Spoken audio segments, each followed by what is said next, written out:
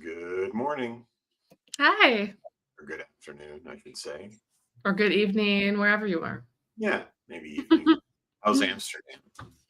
Yeah, it's great. It's getting cold. So it'll be nice to go to Taiwan next month and get a little more warmth. I know.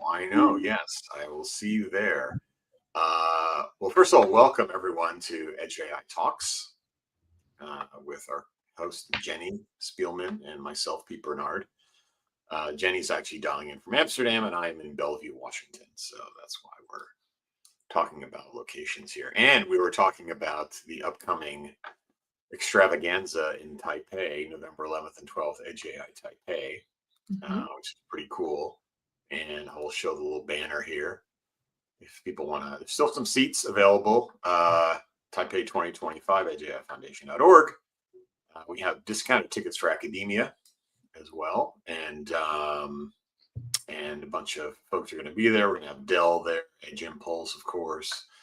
We're going to have Advantech there. We're going to have Squeeze Bits. We're going to have everyone from startups to big tech, metal to cloud, in Taipei for a few days to talk about the state of the art in Edge AI and what's happening in the space. So that's cool. So that's my PSA for the morning. I'm trying to think of other PSAs.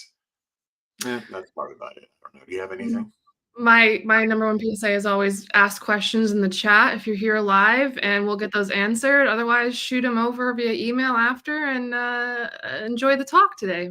Yes, definitely. Please engage. This is a live stream. So unless you're watching it on YouTube recorded, then it's not a live stream. But for all of the folks here, I think we see 23, and that'll climb. We had close to 100 registered. So yeah, this is a time to hear some interesting stuff and ask some interesting questions, and everyone's going to get a little more educated. So that's pretty cool. Hello from Singapore. Hello, Russ. Hello. Hello. What time is it in Singapore? Yeesh, I don't want to know. Okay, so why don't we? Oh, sorry, Russ. I'm gonna take your comment off here. We're gonna bring on Andreas. Let's bring Andreas on. There he is. Hey, Pete. Hey, Jenny. Hello, welcome. Thank you. Good afternoon. And actually, let me put you into this. Oops. Let me give you you got the guest spot here. Oh, nice. The guest I was format. just listening to you guys talk about Taipei, and I look out at the chilly Gothenburg in Sweden. Yeah, so you're in Sweden. I should talk to my boss about going to Taipei. Sounds like a lot of fun. Oh, you should. Yeah. It's be good. I like your microphone setup there. So you look prepared to do a proper podcast. Some people like show up there like sitting in their office, like shouting into their laptops. Yeah. I was sitting for a long time. It wasn't even plugged in. I thought I was talking to this one, but I realized it was not plugged in. Now it should be. Sounds great. It sounds like you. It looks like you are hearing what I'm saying. So yes, I'm hearing what you're plugged in now. Good. Excellent. So we're going to learn some stuff today about Embedl's cool tools. Is that the plan? That is the plan. Yeah, and especially some new exciting stuff that we're coming out with. All right. Amazing. Sounds good. Well, as a reminder, yes, as Jenny mentioned, ask questions. Rust says it's. So we have two people from Singapore today. Mm-hmm. Interesting. What's that all about? So I don't know if you can see that, Andreas. So there's some people from Singapore. I can't see. Hi, Singapore. All right, 2 from Singapore. 2 out of 2. Yeah. So why don't we let you kind of jump into it, and then folks can ask questions. We'll sort of gather them in the background, and if Jenny and I reappear on the screen, then we will throw a couple of questions at you, and we'll get the audience some answers. Yeah. Don't hesitate to interrupt at any point. It's No just problem. nice to have a dialogue and a conversation and so on. Cool. So Great. we'll hang back and give you the floor and let you kind of dig into it a little bit. Perfect. Well, so first off, thank you a lot for allowing us to talk about some of this new exciting stuff that we are coming out with here at Embedl, some recent development. So what I'm going to talk about is faster time to device with a new platform that we're releasing called Embedl Hub. This is, let's see. Oh, there's a slight delay in the changing slides. Okay. Before I do that, I want to give a little bit of a background about Embedl. So I'm not sure if everyone in this audience know who we are. Just to set the stage a bit and tell you where we come from, what the type of things that we usually work with, and why we are coming out with this new platform today, and why we think this is a good time.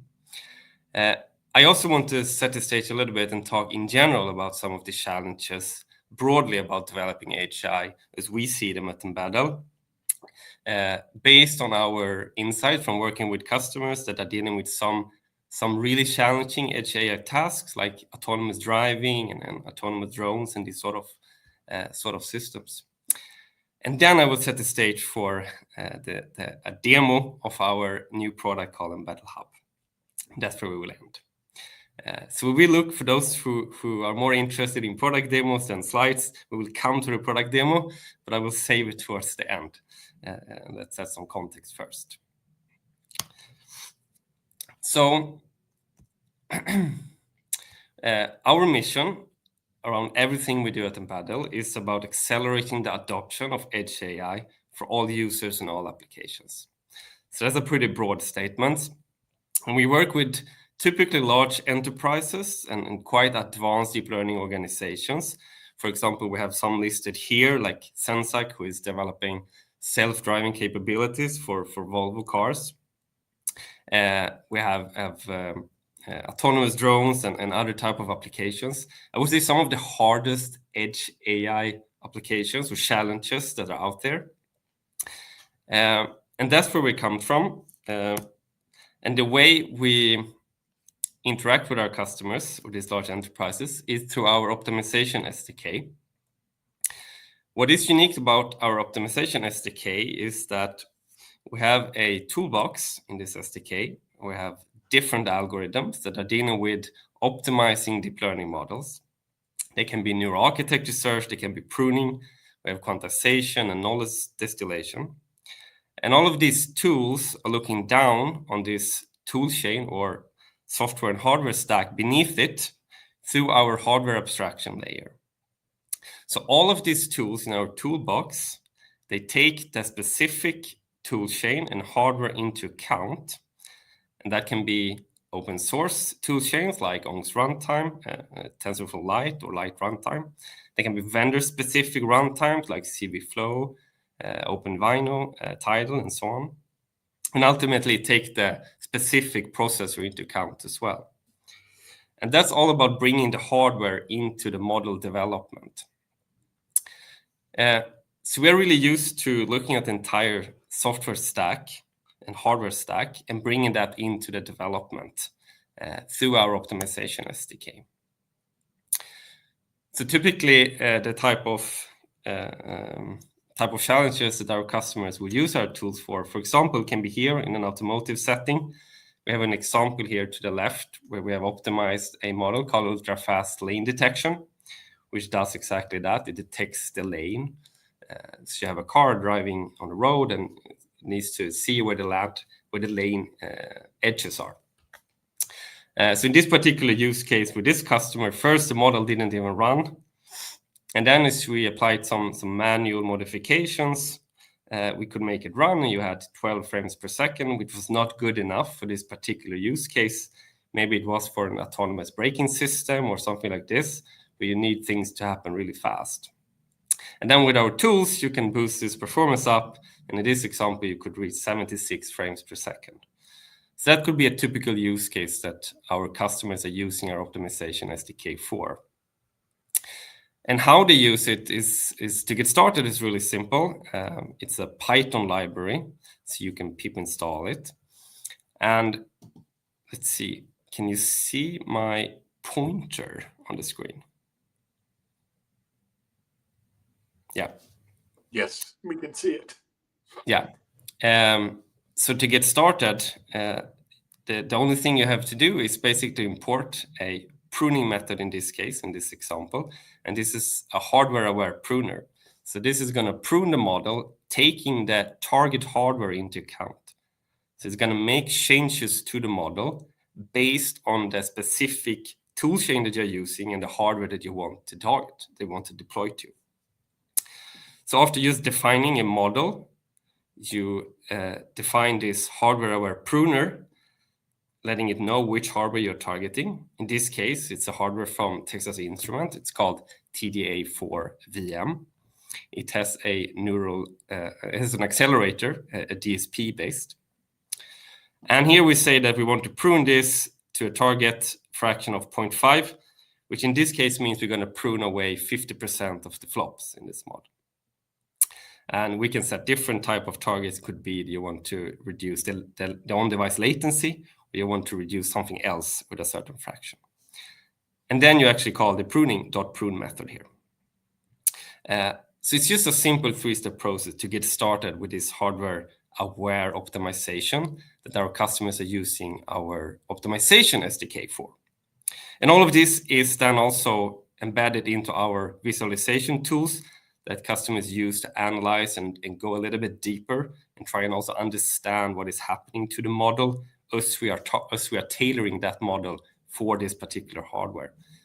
That's what you see here to the right in our analyze graph here. So this is where we come from, working with larger enterprises on really, really hard challenges where state-of-the-art performance, or where it really matters to squeeze out those maybe extra 20% on latency, for example, to get that performance that you need for your application. You also have a lot of different models running at the same time, perhaps doing different things. In a car, you can have up to maybe 100 different models running on device in the car. Let's see. So this is where we come from. And now we are branching out and we are launching this new web platform that we call Embedl Hub. And this is our way of taking some of that knowledge that we have gained over the last 7 years, working with these really advanced deep learning organizations, taking some of the things and put together a package that we think would benefit all Edge AI developers on a broader scale. And I'm going to show you exactly how this looks like. But just to give you a teaser, it's basically a 3-part system. So it's a Python library. And what you can do there is some compilation and quantization of models. And it has a collection of optimizations, but it's not a full-fledged, say, optimization library like what I talked about before in our optimization SDK. And then there is a device cloud. So we integrate with different device clouds so that our users can test on real hardware, because we think this is a key component. It's the key component for our optimization SDK, where you have the hardware and you take that into the development loop. So you can test things, you can optimize things for the target device. Now we are offering this here, but in a cloud setting instead. And then lastly, we have the website where you can analyze, you can compare the results, visualize the performance, and start understanding a little bit what's going on, why a certain model might run faster on this device versus slower on another one, and so on. And it's also where all the devices are stored so that you have everything in one place. So this is our new platform in its essence, and we're going to dig a little bit deeper later on into each of these components. To set the stage a bit, I thought about something that we did. Quick question. Yeah. Yes. I had a question from the audience. I just wanted to throw this one on here from Enola. Yes, now I can see it as well. Asking about hardware pruning different than regular pruning. I'll bring Jenny on here too. Yeah, exactly. Yeah. So for example, it might be, so if you have a convolutional CNN, a convolutional neural network, for example, and it takes a certain number of channels in one operation in particular. It could be that on one particular hardware, because of how it's set up, how it works, how it retrieves things in memory, going from, for example, 32 channels to 16 channels can lead to a huge speed up, because that particular layer was a bottleneck or something was inefficient in that case. On another hardware, that might not be the case. Maybe they even have the same kernel running for 32 channels or 16 channels, so you prune it and you reduce those channels, but you see no speed up. That's why you need to take the hardware into the account. And you can't also not look only on individual layers. You have to look at the entire picture, the entire model, and make calculated choices of where you prune for that particular hardware, if that makes sense. Got it. Okay. Just want to throw that one in there before you move to the next thing. Yeah, it's an excellent question. It's a very good question. Yes. So we did this recently, and I thought that it works nicely as an introduction to Embedl Hub, but also in-house. And we ask some of our engineers who are working very closely with our customers. So they are on there on a weekly basis, working with customers on these really hard problems. If you're to generalize, we ask them, and zoom out a bit, so not focusing on the particular problem for this particular use case that you're working with, but in general, what are the biggest challenges that you see across all these different organizations of various sizes, some of them with teams that are in the hundreds, some of them which are just a few people, and some even maybe a single developer. What are the common themes that you see? What are the challenges? And I'm going to go through all 13 answers. Where I've selected 13 answers that I like for this setting. But I also took the opportunity to batch them together. And I thought that was interesting that I could do that, because all of them are basically falling into one of these 4 categories. And it's an even spread as well, which I think is interesting. So either it had to do with hardware limitations and performance and bottlenecks and these sort of questions, maybe one of the most fundamental challenges in Edge AI. One of the things that our engineers brought up was choosing hardware without real insights, without data, without knowing how something will perform in a real-life setting. And that's a really tricky question.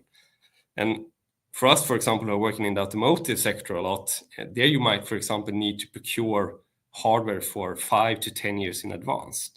And it's really hard to know even how AI models perform on today's hardware.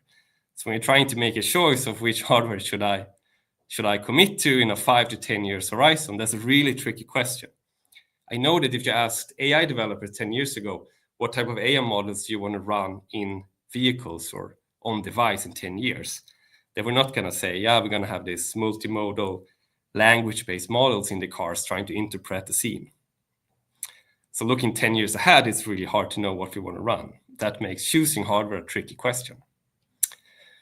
A lot of answers also had to do with the fact that HI is cross-disciplinary. So it's touching everything from embedded engineering to model architecture and everything in between. And that can cause issues. And then one really big topic, I think, which is fragmented tooling. The fact that there is not a lot of consolidation around standards in the Edge AI community.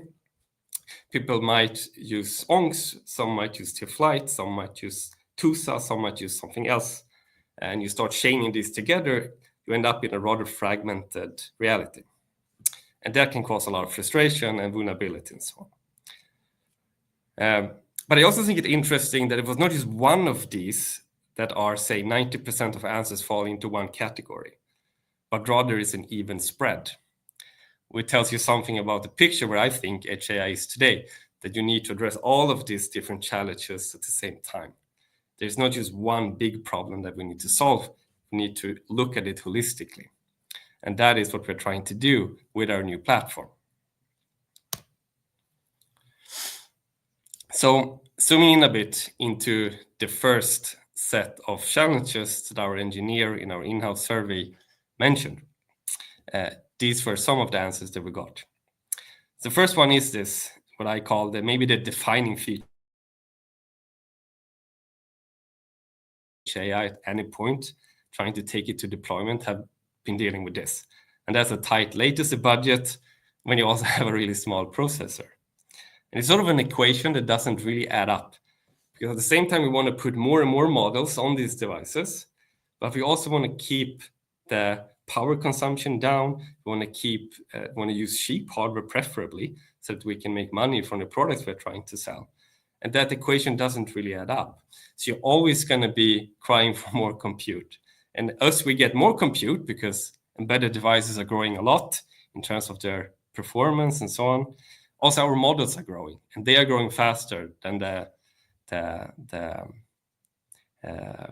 devices or the processors.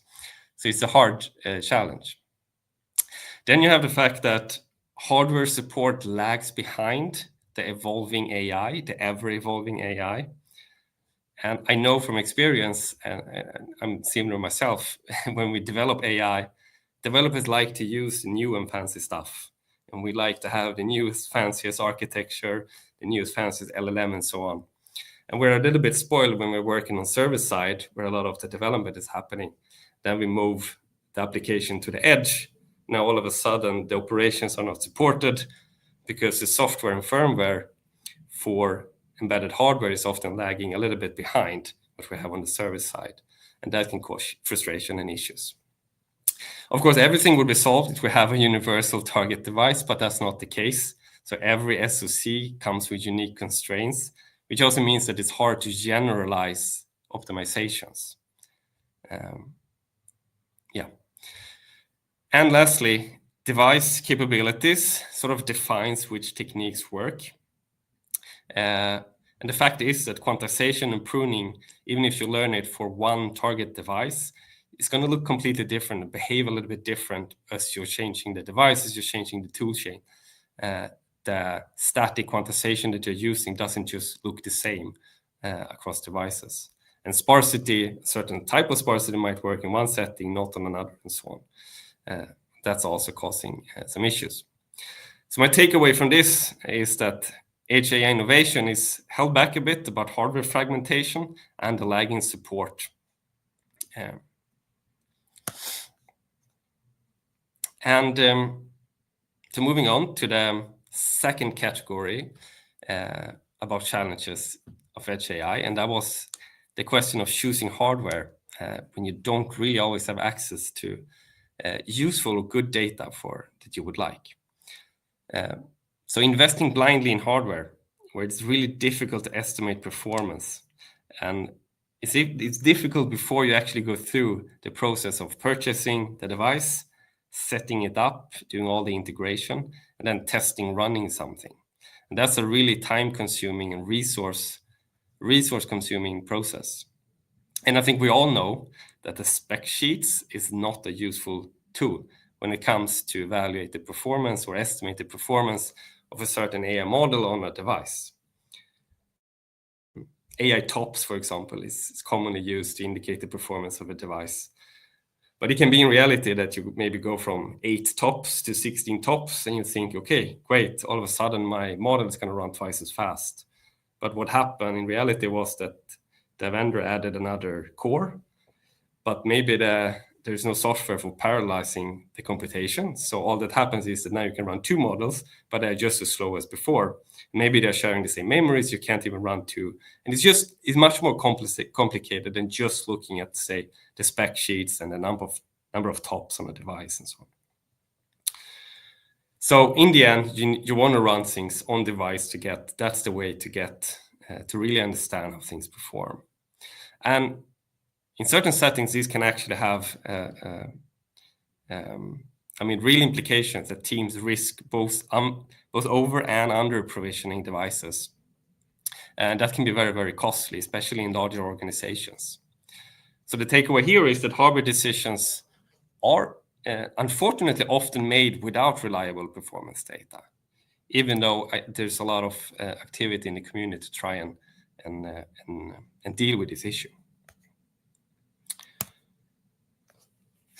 So the third category was the fact that edge AI today is, or maybe it has always been, very cross-disciplinary. That means that you basically need to be a full-stack engineer to go from and be an expert, more or less, from model architecture to compiler flags, and then knowing about device deployment. And if you have a small team, that might be a reality. You need to be basically a full-stack engineer.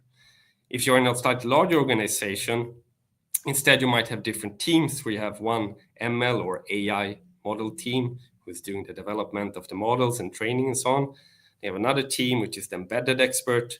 Then you have system engineers, and all of these need to align and work together.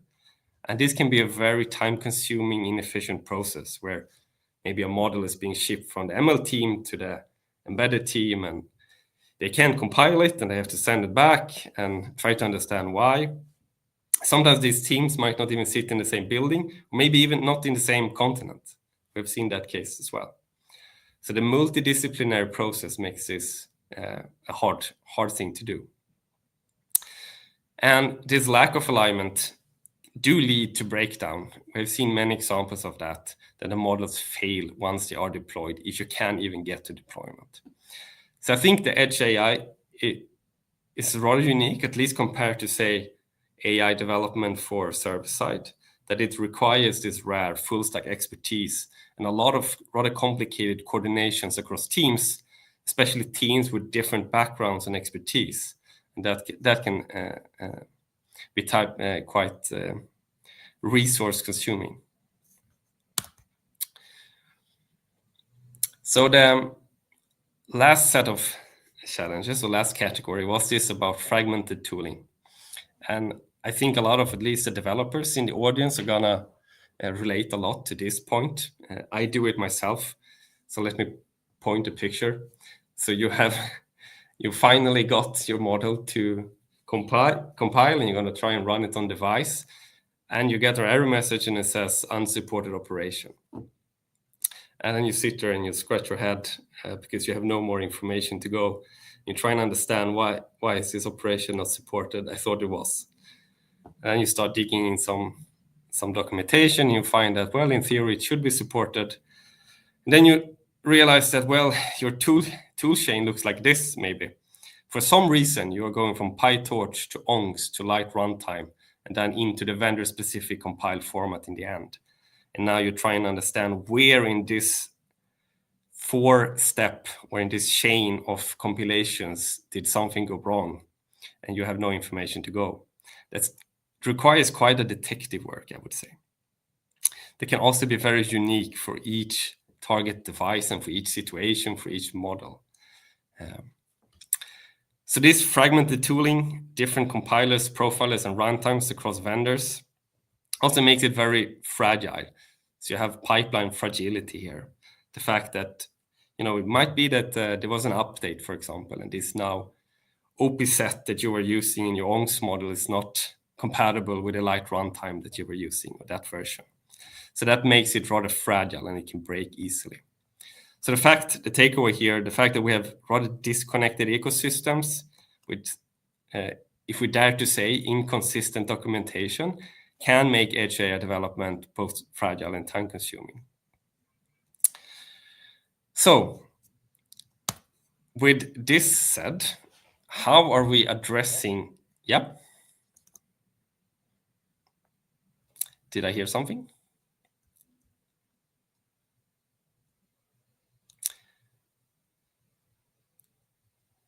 Since there's a little pause here, I don't think you heard anything, but there is a question, so your ears must be burning. Another one from Emola before you move on.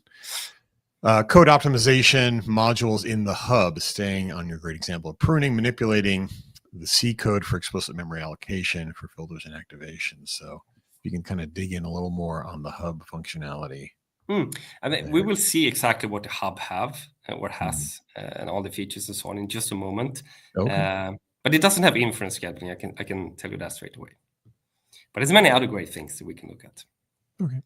All right. Yeah. I also see you had a comment. Harvard diversity. That's a feature, not a bug. Nice. Yes. Well, you mentioned hardware fragmentation. I like another way of saying that is hardware diversity. That's another way of looking at it. Which is certainly is a technical challenge. I mean, the world would be easier if all the hardware looked the same, from a software development perspective, right? But then we lose all the value of the edge computing world if we have to stuff an NVIDIA Jetson into everything. That's true. So Yeah, maybe what we would like is hardware diversity, but some consolidation in the tooling, perhaps. At least. Yes, I mean, that's where best practices for like model portability, and we'll talk about this toward the end too. Best practices for model portability and optimization would be good, especially the portability side, because imagine that's where people come up with new architectures and new accelerators, and obviously the time to market for those is going to be dependent on the tooling and getting those models moved over. So things like Onyx, for example, and its kind of intermediate formats are really important for that. Yeah. Okay, so there's another one from Emola. Emola's on a roll this morning. That's nice. How is hardware aware pruning different than regular pruning? Oh, did we already talk about that one? I think this is previous. Emola, you had your 2 good questions there, but feel free to throw more in there. Good. Emola was actually at our Milan event. She's been a part of our community for a long time out of Electrolux. Okay, so maybe we should get out of your way and let you keep going. Yeah. So to deal with, I would say, to deal with some of these aspects, this is the solution that we come up with. We think address a lot of the key issues that I just talked about in this fragmentation and what makes edge AI sometimes time-consuming and a little bit frustrating. So the Embedl Hub, what we have is a unified device cloud access. So what do we mean by that? Well, there is the same way of accessing devices from different device clouds that we have integrated with from different vendors, but you will to get access, it might look a little bit different, but the interface looks the same. And that allows people to run models on real hardware from multiple vendors with very little modification or changes into how they work. Things will be familiar. We have easy benchmarking and profiling. So that's what you will use these devices in the clouds for, so that you can compare the on-device real latency, not just look at, say, the hardware specs or trying to guess somehow, but also dig a little bit deeper and try and understand how this hardware behaves or how this model behaves. It's a cloud-based platforms, which means that we have done some integrated tool chains behind the scenes or behind this one interface that we are giving or providing as an option to the user. And then we have standardized optimization pipelines, which means that if you want to use a per tensor static quantization for a particular hardware, for a particular tool chain, it's going to look the same in your eyes or the tools that you are interacting with as you are changing from one to another. And we will see this in action in the demo. The workflow is rather simple. It's that you compile and you quantize your model with the library. You will verify the performance on the remote device. And lastly, you will analyze the performance on the web. And we think that this gets you pretty far into getting started with on-device and bringing models from the cloud to the device. You will be in a pretty good shape to then take it from there and working towards a functioning on-device application. And I think this is where, I had one more slide just to make it really, really clear about the components that we have. So sort of a system overview. The starting point is PyTorch for those developers who are working there. Then we have the Python library called Embedl Hub. There is the device clouds, which we are integrating with, that you will interact with via the Python library. And then all of this is talking to the web so that you can analyze performance. So this is how the system looks like. So that brings me actually to the demo. So let's see how this looks like in practice. So I hope that you can see that I switched tab now in my window. You should be seeing the hero of our landing page here. Yes, very good. So it's in beta, but it's live. So anyone can check this out on your own. It's free. So the starting point is you just log in. You can log in with Google or GitHub today. And right away, I will jump into projects. So here, for example, and now I'm going to illustrate how I would use this in practice, how you could use it in practice. So I have a selection of projects here that I'm working with. I've done some face detection exploration. I'm working on some post detection app. And we're going to have a look now on this drone detection. So here's a AI edge use case where I'm considering maybe detecting drones that are flying, maybe from another drone or a camera, something like this. And we have the concept of runs. So runs are the actions that you will take via the Embedl hub. And there are 3 types of runs that you can do. Categorize them into quantize, compile, and benchmark. It's sort of illustrating the steps that you have to take as you leave the training phase of your model, and now you're going to take it to device. You may or may not want to quantize it, to compress it and get some performance gains. You can skip that part if that's not interesting to you. Then you have to compile it into some format, and it's going to be different formats for different target devices. And then you will actually run it and profile it so that you get benchmarks on how the model performed. And the goal is to enable users to get to this point where you have a benchmark run and everything worked. So you have a model that did compile, you managed to run it on the device, and you will be greeted by this dashboard that tells you about its performance. So what have I done here? So I have an experiment now that I call it ResNet 18. That's the name of the model. So I'm doing exploration here, trying to find an appropriate backbone for my drone detection architecture or app.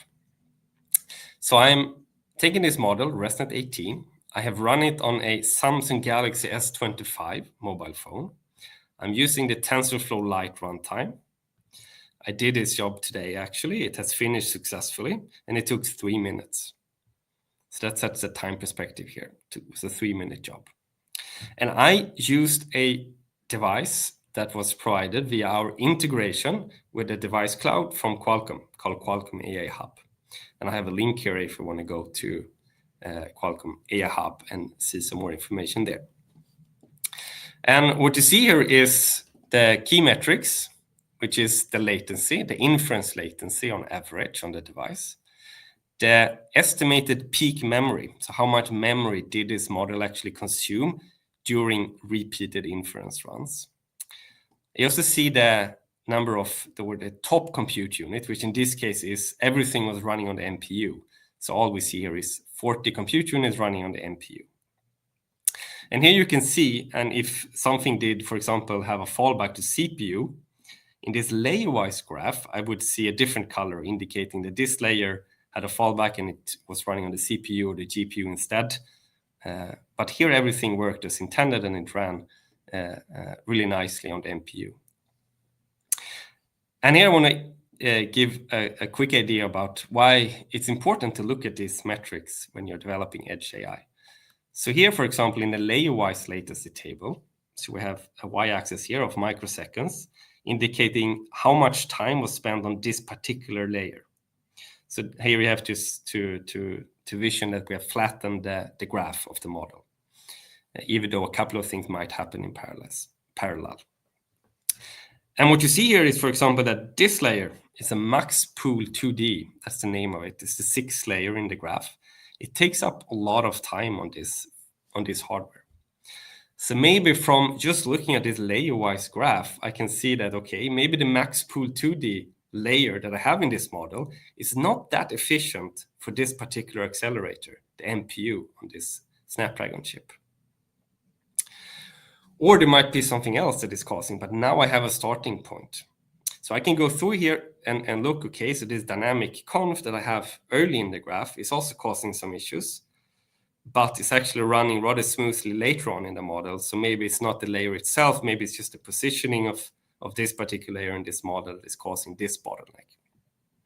So I can use that to gain an understanding and make a better judgment of what model I will choose for my particular application. So in this case, maybe if based on this, I would have to check on some other models. I would probably not choose a ResNet 18. Maybe there are more efficient networks on this particular target device. And here you have access to basically a performance dashboard where you can see more things. how much time is taking up per type of operation and so on.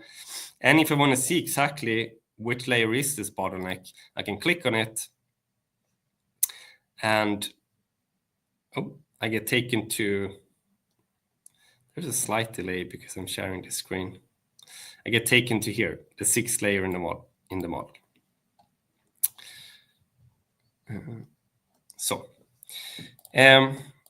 Okay, so this is what you see on the benchmark runs on no matter which device you choose, no matter what, from which vendor, what type of device, you will see this type of information. That means that you have a standardized ways. You have one way of working that will work across the different vendors.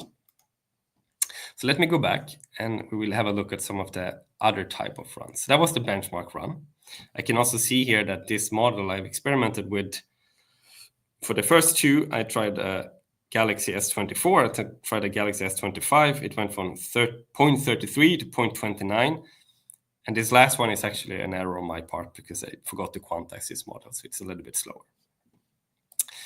I can filter on other run types. So for example, quantize. So as you quantize the model via the Embedl Hub library, you get access to other type of dashboards for quantization. So here you see the output peak signal to noise ratio. That is an indication about how much the output, how much the predictions of this model is different between the quantized and unquantized graph.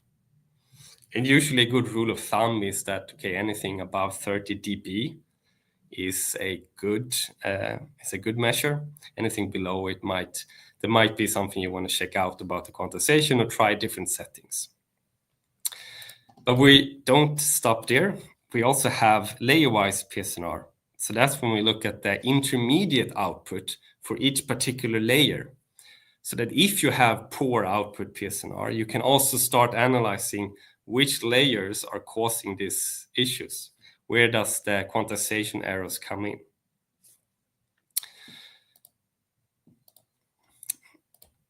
Okay, let me go back. So, and similarly, there is a compile run type as well. So these are the 3 run types that you have. They have different colors here. For those who like it, you can just go on runs, and you have all the runs that I have made in Embedl Hub for all the different projects and experiments I'm working with. So in this way, you also have not only a way to analyze the performance, there's also a structured, organized way of working that we would like to promote. Good. But I also want to see, for example, so here we are in the doc section. If you're curious seeing what devices do we support today, we have this supported device list. So here you can search, for example, maybe you're interested in a certain chipset or a certain phone, for example. I can Snapdragon 8, maybe Elite I'm interested in. Okay, I see that these devices, the Samsung Galaxy S25, 25 Ultra, S25 Plus, all of them have the 8 Elite chip, for example. And right now, in the live version of the hub, we have one device cloud integration going, and that's the Qualcomm A hub. So that gives you access to roughly 80 different Qualcomm devices or Snapdragon-powered devices. And I will talk a little bit about some of the next integrations that we're making. Okay, any questions on this part? We had a couple of things going on here. First of all, thanks for all the live demo stuff. Here's an external question. A couple of things. One from Jordy. Main difference of Embedl compared to Edge Impulse. Ooh, controversial. Ooh. But there's a lot of tools out there. I mean, there's there's YASP and Roofline, and there's lots of tools out there to help optimize, and so we love them all. There's a ton of differences, but I'll let you answer, Andreas. Sort of different. They're different animals, sort of. Yeah. I'm not an Edge Impulse user. I think actually you were a better position to answer this question based on on this demo that I just made on the hub. I think Edge Impulse offer a broader. What we have here is one particular use case. It's about taking a model, compiling it, and running it on device, and then analyzing the performance to get. So it's a cloud-based performance testing platform. That's what it is. And maybe you can correct me, but Edge Impulse offer a slightly broader palette of things. Yeah, Edge Impulse is more end-to-end from data collection, designing and training your model, and deployment. We also analyze performance, but we don't have a testing farm yet for actually testing on a real device in the cloud. So that's a big difference. There you go. Cool. Yes, and also I think like you said, they do data set management collection and things like that. Embedl Hub is not dealing with training basically of models. Right. Okay, so another question from Jordy. Is Embedl only oriented to smartphones? No, we're not. But it is the first device cloud that we integrated now in the beta. But you should stay tuned. Stay tuned. Okay. Sounds good. And if you're I would say this actually, if you're interested in something else and you know what you're interested in, or you actually, even if you don't know what you're interested in, you can reach out and maybe you can be one of the early access users. Right. But it looks like a lot of the Qualcomm AI Hub proxy hardware is supported. So like QCS 9075, a lot of the those are all Dragonwing, which those are not just phones. So those are not just phones. Yeah, that's true. Yeah. With the Qualcomm AI Hub integration that we have, you have access to some hardware, some automotive chipsets, some robotic things, some dev boards. It's not only phones, but I think it's a majority of those 80 devices are phones. But you're right, it has a slightly broader selection as well. Cool. Yeah. Internal question. Couple of things, and Jenny, you'd come up with one question related to that. What physical hardware is provided in the testing farm? So I mean, the way we have built this now is that we integrate with different device clouds or different hardware farms. And so far, as we just talked about, it's what we have live today is Qualcomm AI Hub. We are coming with our own integration, or our own versions soon. And then we're also looking and exploring for other partners that could be part of this. But we have a broad scope in mind. So again, I would say stay tuned here. Okay. Here's another one from Kurt. Can users view power estimates for specific model runs? Power consumed, I assume that's what that means, or power estimate consumed? I don't know. Sorry, one more time. Can users view power estimates? Okay, very interesting. No, you cannot do it today. It is something that is very interesting, and especially for us learning if that is what the community is really interested in. That is something we can provide to a certain degree. Right. It's going to depend on how the device cloud integration looks like and what we can actually access. Right. It's easier for that when we have access to the device. If it's an external device cloud integration, which we very much like to do as well. I mean, it's very hardware board dependent on power consumption, obviously. And, people try to fit their models inside of a memory envelope, but also inside of a power envelope. But it'd be tough to get anything reasonably accurate. Maybe relative one chip to another kind of relative things.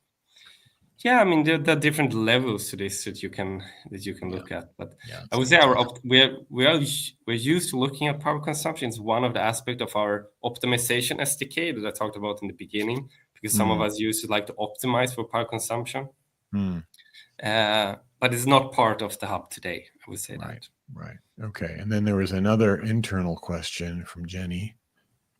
What security is ensured for sending your model to the hardware farm in the cloud? And does your model remain your own, or does it become Embedl IP? It does not become Embedl IP, and you can use it for production use cases. Awesome. And sort of piggyback off that, what's the pricing for Embedl? Right now, everything is free. Okay. So in this beta phase right now, everything is open and free. We just want people to use it at the moment and reach out if you have problems. We like to keep it very open. Nice. Yeah.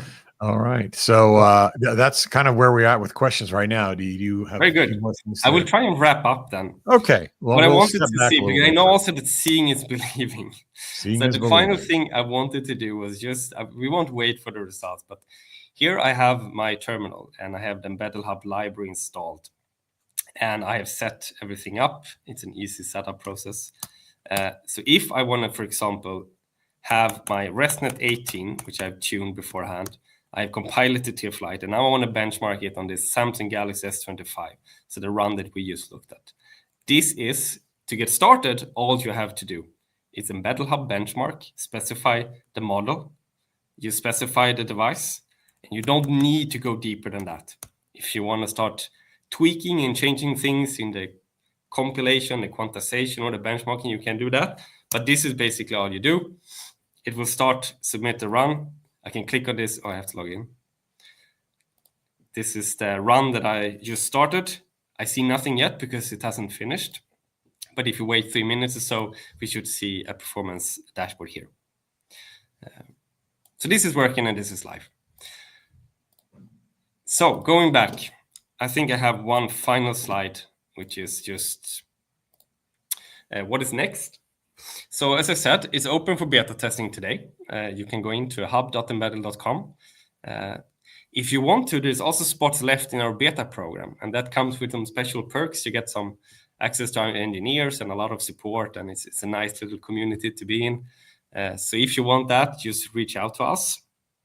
In terms of device cloud integrations, so the Qualcomm integration is new, but it's live. And what we're coming now in Q4 is a even broader selection of mobile devices in our own Embedl mobile devices, our own device cloud. And we also like to welcome new hardware partners here. There are a lot of other type of devices for robotics, IoT, and so on. And we would love to partner with more. So hardware vendors, I know there are a lot of hardware vendors part of this community. We are welcoming new hardware partners, and we want to engage here with the community. For me, as a data nerd, I liked our extended dashboards, which are coming soon, where you have access to even more advanced analytics for profiling and quantization and compatibility and so on. Also some porting that you mentioned before. So that's also something to stay tuned for. So yeah, with that said, come join us, make on-device AI more accessible than ever. Sounds good. Awesome. Andreas, how can people get in touch with you or Embedl? What's the call to action here? Yeah, so either directly to me, it's ask@embedl.com or just contact@embedl.com. You can visit our website. I mean, you can find everything at. Oops. How's that? You will find everything here in the bottom. There is a contact us. You can click there on hub.embedl.com. Awesome. Great. And this is live now, so people can go to it now and start. It's live. hub.embedl.com. Fantastic. Yeah, there's also, if you want to ask questions, you can click on the community section up here. That will bring you to a Slack workspace, and you can ask questions directly to us there. Excellent. All right. Let me show that. Sure. Yeah, good stuff. Perfect. I think this space of optimization and portability, you talked a lot about optimization, but like how much of the tool is used for that versus portability? Because we also look a lot at people moving models, you know, like everyone starts in the cloud, everyone starts on a Jetson board, and it's like, okay, actually I need to ship this thing. So then they go, they put it on a Dragon Wing, they put it on an NXP, whatever. So how much of the tool is used, and I don't know if you have telemetry on this or whatever, for portability versus efficiency? I don't have numbers, but I can say that I think as edge AI developers, we like to think that we spend a majority of our time is optimizing, squeezing out maximum performance on the device. Then in reality, we spend 80% of the time just trying to make it run, just making it run moderately efficiently. I mean, that is the challenge. And it's the same. It's not only for, you know, if you're a single developer struggling to get your mobile app working. We see it with large enterprises as well, you spend a lot of time just trying getting to it to work. Sure. Make it work. Yeah. But so you're not seeing right now, it's more of getting things to work and then getting them optimized than it is like, oh, I'm moving it from CUDA, yeah, you know, to. But there's a minimum selection of just good practices that you want. You would like to use some int8 quantization and make that work. It's just so much to gain if you can make that work on edge devices. But whether really spending the time to go from int8 to int4, if you have a hardware that supports that, for example, might not be worth it for everyone. But I think there's a minimum set of optimization that you would like to do, or that most people should do, and invest a little bit of time in. Right. No, that makes sense. By the way, just a side note, I noticed you have an undergraduate degree in physics, a master's in physics, and a PhD in physics. So how did you get into this AI thing? That's a good question. I think it was around the middle of, so my PhD is in theoretical quantum physics. So I worked on building a quantum computer. I don't know if you've heard about that. Okay. Yeah, we've heard about that. And yeah, it's a major challenge. Yeah. I think it was around the midpoint of this where AI sort of had a boom. This is the time where, for example, we thought that self-driving vehicles would be a reality in a couple of years. These GAN networks were becoming really good at producing really high-quality images and these sort of things. And this really got me excited, because now, in contrast to the quantum computer, AI was changing society today. Whereas the quantum computer is probably something for the future. Sure. The quantum computer has been 10 years away for multiple decades. And that's sort of my feeling. So that got me really excited about AI, something that is really changing society right now. By the way, I was in San Francisco last week, and I'm hooked on these Waymo cars. So I think the Waymos, self-driving vehicles really make a lot of sense. Originally, I was very skeptical of it. And I know there's people that will get comments about the Waymos and stuff like that. But, the coolest thing about a self-driving car, and I have nothing against humans, but when you get into a self-driving car, my favorite thing is I can put on my own music.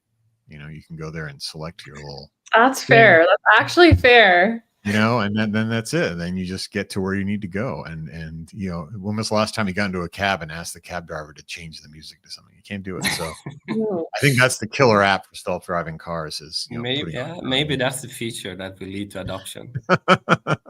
That'll be it. Being in the EU, I don't get any of this stuff. Probably not for another 5 years. So I'm looking forward to, I've never tried one, but I'm honestly gonna have a little trepidation towards it. So next time, first couple of times it's a little freaky, and after that it becomes very. You can have. This is ironic coming from us, but yeah. But you can have self-driving in Germany, right? On the Autobahn, no? Oh, okay. I have not been to Germany recently, so yeah, no, but I have a Tesla, and all of the features of self-driving are disabled because I'm in the Netherlands. So. Yikes! Oh well, such is life. But Andreas, thanks again for joining us and shining a light on this important area of Edge AI. It's just really cool tool development. The fact that you're making it available now for free through the hub is really exciting, and I'm sure we'll be learning more about Embedl in the future. So I really appreciate it. Thank you so much. Thanks for everyone for joining and asking questions, and subscribe to our YouTube channel, get on our newsletter, learn more about Embedl, all kinds of good things. So and see you in Taipei. Yes, I'll see you, Jenny, in Taipei. All right. Thanks, everybody. Take care.